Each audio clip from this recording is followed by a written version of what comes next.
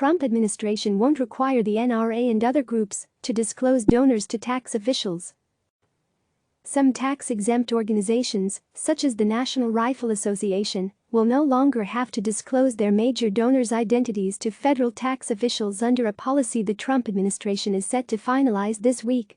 The change long has been sought by politically active conservative groups and powerful Republicans such as Senate Majority Leader Mitch McConnell of Kentucky, who have said disclosing the information, even just to the IRS, could subject contributors to harassment. But election watchdogs have cried foul, saying the change strips federal tax regulators of the ability to easily scrutinize donations and could leave U.S. elections vulnerable to infiltration by foreign interests. The move comes as the nation grapples with the coronavirus pandemic and a little more than 5 months before November's general election. It's another nail in the coffin of disclosure, said Lisa Gilbert, an official with the left-leaning Public Citizen, one of the groups that opposed the change. In a statement, NRA officials said the new rule helps safeguard the legitimacy of the political process and helps ensure donors on both sides of the aisle will not be attacked for their beliefs. The change affects a wide swath of highly visible tax-exempt organizations across partisan lines, ranging from trade groups, such as the U.S. Chamber of Commerce, to politically active nonprofits like the NRA, Planned Parenthood Action Fund and parts of the network aligned with Kansas billionaire Charles Koch.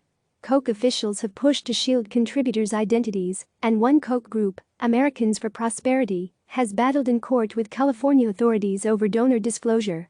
Key groups at the center of November's presidential election also operate as tax-exempt organizations and would no longer have to disclose their major donors to the IRS.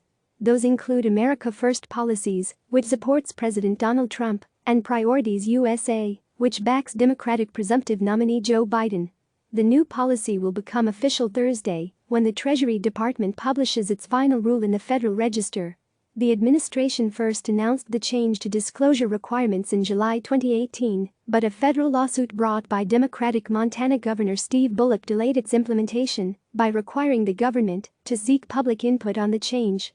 The names of donors to these politically active organizations have never been available to the public, but the groups disclosed them to the IRS on their annual tax returns.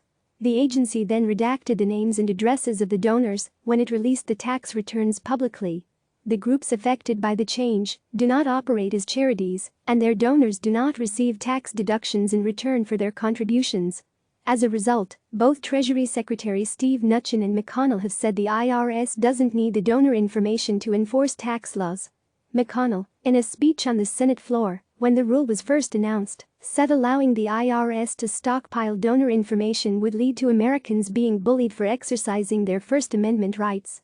McConnell and others who support the new policy have highlighted past examples of the IRS bungling its treatment of tax-exempt organizations. The agency became engulfed in scandal in 2013 after its inspector general concluded that tax officials had subjected conservative groups to additional scrutiny.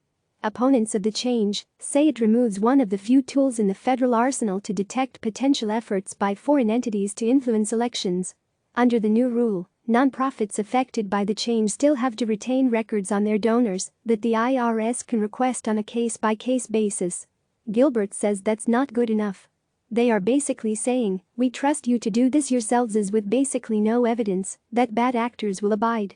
In the regulations the agency is slated to publish this week, the Treasury Department notes that its job is to police tax laws. Congress has not authorized the IRS to enforce campaign finance laws, the new guidance reads.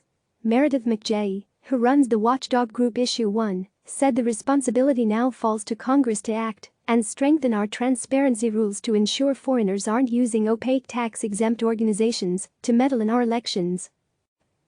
Click subscribe to receive the latest news.